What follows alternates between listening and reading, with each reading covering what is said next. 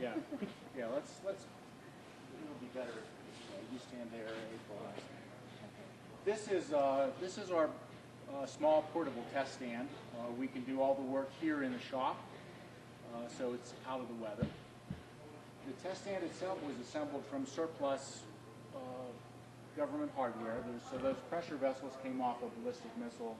They're pressure vessels that are insulated here for liquid oxygen. This gizmo right here is the Lynx main engine. This has about 2,900 pounds of vacuum thrust, burns liquid oxygen and liquid kerosene. It's, like all Xcore engines, highly reusable. We expect to fly each engine many thousands of times on the Lynx spacecraft, 4 times a day to space, beginning in within the next year and a half or so. There are a lot more lines here you see that it's plumbed for taking measurements during the development process. And there will be 4 of these on the Lynx spacecraft. Oh, wow. So it'll be a beautiful sight when they're all 4 lit up on the runway, climbing into space. I can't even imagine.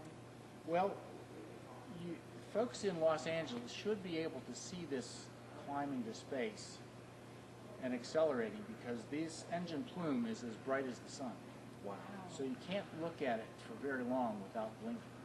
Or wearing sunglasses. Or wearing, yes, we use welder's lenses to observe the plume. Yeah. I'm glad it's forward. It looks pretty small.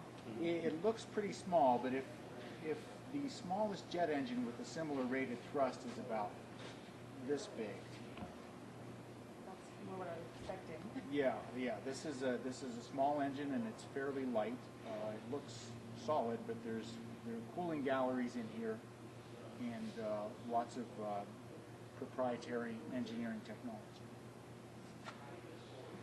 Simple on the outside. In addition to working on the Lynx, the Lynx is our commercial project that we're working on with private investment money, but the company is also doing some contract work for government agencies and some private customer contracts.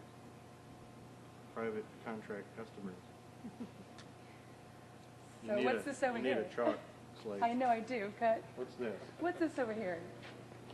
Okay, this is the flight profile of the Mark I Lynx. Mark I is the first prototype. It won't have the full performance that later vehicles will have, but it shows the vehicle taking off from the runway, climbing on rocket power, coasting over the top. It has low gravity for about 4 minutes, re-entry and pull out just like an airplane, and then glide back to the airport and land like a glider. And for those of us who don't know, what's the purpose of gliding? It's the way to get back and not use any fuel. I see. That sounds... If you go to space, presumably you're coming back, especially if it's a suborbital trip and you're not going into orbit. So there's choices on how to get back. And the very last 10 feet are the hard part. And the choices are parachutes, like Mercury and Gemini and Apollo, or you can land like a glider, like the shuttle. Or one of our competitors has a vehicle that re-enters like a maple leaf and then becomes a glider. We have other competitors at vertical takeoff and vertical landing, and they land on the rocket engine thrust. And I think I've hit most of them right now. Our choice is to use the wings and land like a glider, because nobody's ever had a problem restarting the wings. Wow. It just makes me dizzy just thinking about it. Well, then you can... Actually, the spirals are only on the drawing to keep the paper as narrow as it is. In reality, it'll be flying out, turning around and flying back, and then maybe circling over the airport once or twice before so landing. we're not spiraling down. So No. how long would you be able to stay up in microgravity on the first few test vehicles? The first vehicle has about 4 minutes. 4 minutes, okay. The second vehicle will be longer. Oh, okay. And it's all a function of how high you can go. Right. Because microgravity is easy to get. Mm-hmm. Right here. Okay, there was microgravity for about 1 second. Right. The trick is being able to travel up fast enough so that when you're falling, you fall up, you fall down. Right. And it's microgravity as long as there's no forces. And the only way to not have aerodynamic forces are to be outside the atmosphere.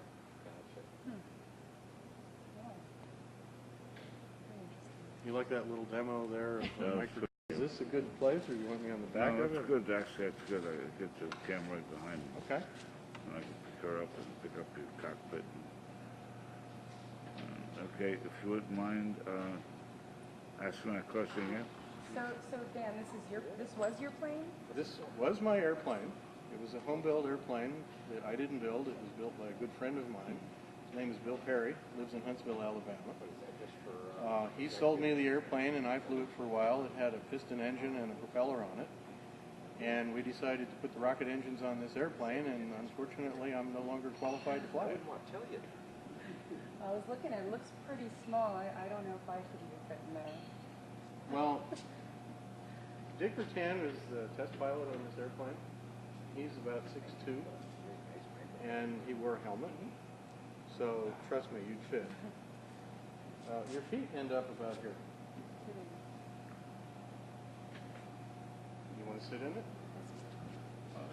Very Sure. interesting. Oh, yeah. We need pictures of you getting in. Yeah. Oh, great. Okay, now put your feet inside. It's like putting on a race car. I don't know. Okay. It feels more So like you can putting on a hold pair of here. pants. Hold here and here. Slide down. Wow.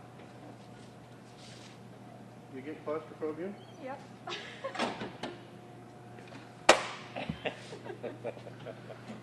I can latch you in.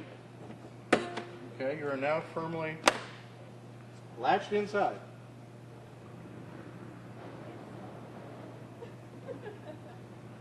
It's very compact.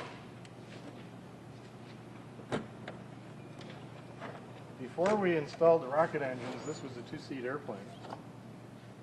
And, This was a two-seater? yeah, the rear seat now has the liquid oxygen tanks, so it's a single-seat airplane. Wow. And yes, I've spent many hours in the back seat of this airplane. I can't imagine spending any hours in here. Well, it's a good way to travel. It flies at about 200 miles an hour, and it gets about 25 miles per gallon. Well, your legs don't get cramped, but Well, Wow. there's weight bags underneath your feet yeah, there. but I mean it's surprisingly spacious, I guess. It's there's a lot of gadgets and gizmos in this little thing. Crazy. I had no idea how small they were. Well, if you make it bigger, it's slower. Yeah. And who wants that? Well, then why not just a jetpack with the pressurized suits? Dollars per mile in a jetpack is not a good deal. No. No. So I know how to get in here now. How do I get out of this thing? Okay, sit here. Okay. And put your foot on the boarding step there. Okay. And it's, it just seems like it would be very it's just surprising that somebody built this in their. This airplane was built in half of a two-car carport. How long did it take them to build it? I think it was about 5 years. Oh, just household off stuff the just wall. around the house. No, you buy the materials from companies that are in the business of selling airplane materials. And the tools are basically scissors and a paintbrush. Really? Really, this is made out of cloth and epoxy. Wow. 5 years, some cloth, epoxy, scissors, and what was the other tool? Paintbrush. And of course, the paintbrush. And there you have it. There you go. He is a happy guy. Look at him. Eating all those desert rats, right? Not so much. No? What's his No, name? but initially, yes. When we moved in, we had ground Oh, you got squirrels. a spacesuit for him? No. Cats do not do well in zero G. No? We know people who've tried that experiment. There was He's a pain on the good-looking part of guy. the What's his experimenter name? involved. Well, that's Mouser. That's Mouser. She's our official Oh, it's a mascot. she? Mascot.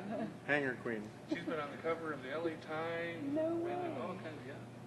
Oh, yeah, she's good You might want to looking. get her Oh, there's signature. a lot of people out there. They don't know who we are. They don't know what we do, but they know we have a cat.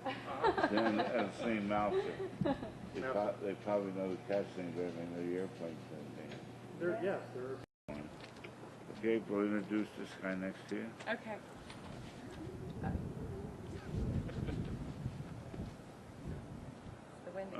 we're just gonna do it here. And I did my hair so the wind wouldn't be blowing it. I think this side works better. My hair seems to be doing. Yeah, I know. Are we ready? I'm ready. Okay. Well, I'm April, and this is Josh, and we're with Space Loft. We just met with the Vice President and Chief Engineer Dan DeLong. Let me do that again. Vice President, Chief Engineer. Okay. And then let's see who the other guy was. Director. Okay. So I'm April, and this is Josh with Space Loft, and we just met with Xcore. Xcore. Sorry, this is where I... Count 1, 2. You're on, guys. Hi, I'm April, and this is Josh, and we're with Space Loft. We're over here at Xcore and the Mojave Space and Airport, and we just met with Dan DeLong, Vice President, Chief Engineer, as well as Dr. Valentine, who is the director out here. And Josh and I saw some pretty cool stuff. Don't you think, Josh? Oh, I think so. Especially, being able to sit in some of the cockpits that they have here. Yeah. Especially for the links. And No kidding. yeah, That so- was pretty cool. It's really small, too. Yeah. And then also seeing exactly how the rockets actually launch these things. I mean, in a matter of minutes, they're already in In microgravity. space, yeah, it's insane. And not to mention how they make it sound so easy to make, you Yeah. know? What was What it he he said? said, It's like paper, paper mache. yeah, a paintbrush, scissors, and We'll probably get back to the space loft now. Probably start our I works think on we our own. should. Let's